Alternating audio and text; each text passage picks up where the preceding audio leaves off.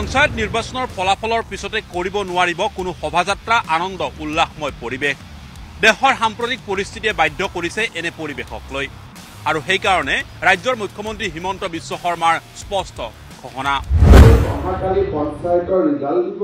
ভালো হ'ব কৰবাত বেয়া হ'ব কৰবাত ভাল হ'ব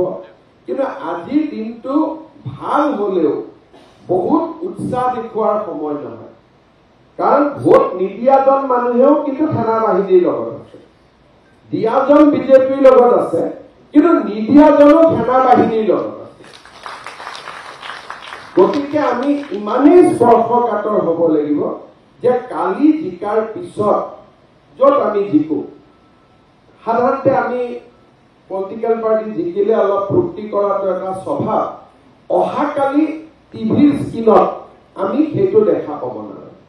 সকলোকে আমি স্পষ্ট নিৰ্দেশ পঠাব লাগে যে কালি ৰাইজৰ যিয়েই আদেশ নহওক কিয় তাক আমি কালি বিনম্ৰতাৰে সৈতে ল'ব লাগে আমাৰ কিছুমান আৰু মইতো মন্ত্ৰী বিধায়কসকলকো কাউণ্টিং হলত যাব মানা কৰিম কাৰণ তেওঁলোক গ'লে আমাৰ সমৰ্থকসকলে কেতিয়াবা আবেগিক হৈ হিমন্ত বিশ্ব শৰ্মা জিন্দাবাদ দিলীপ শইকীয়া জিন্দাবাদ এতিয়া আমাৰ জিন্দাবাদ দিয়া সময় নহয় নৰেন্দ্ৰ মোদী আৰু সেনা বাহিনী এই দুটাৰ বাবে আজি আৰু কাৰো জিন্দাবাদৰ সময় দিয়া নহয়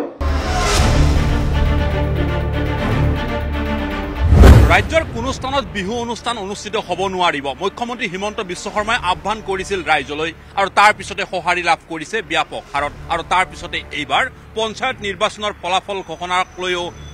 প্ৰাৰ্থী তথা ৰাজনৈতিক দলসমূহলৈ মুখ্যমন্ত্ৰী হিমন্ত বিশ্ব শৰ্মাৰ আহ্বান গতিকে এই আহ্বানে স্বাভাৱিকতে যেন সঁহাৰি লাভ কৰিব এই কথা নিশ্চিত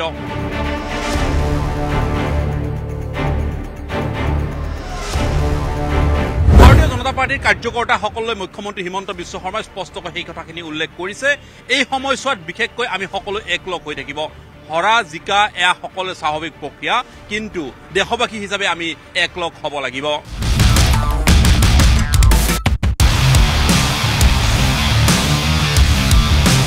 নিৰ্বাচনী ফলাফল ঘোষণা হোৱাৰ লগে লগে যিসকল প্ৰাৰ্থী জয়ী হ'ব তেওঁলোকে মন্দিৰলৈকে যাওক মঠ মন্দিৰত তেখেতসকলে প্ৰাৰ্থনা কৰক দেশবাসীৰ উদ্দেশ্যে সমান্তৰালভাৱে দেশৰ সৈনিকসকলে যিসকলে দেশৰ কাৰণে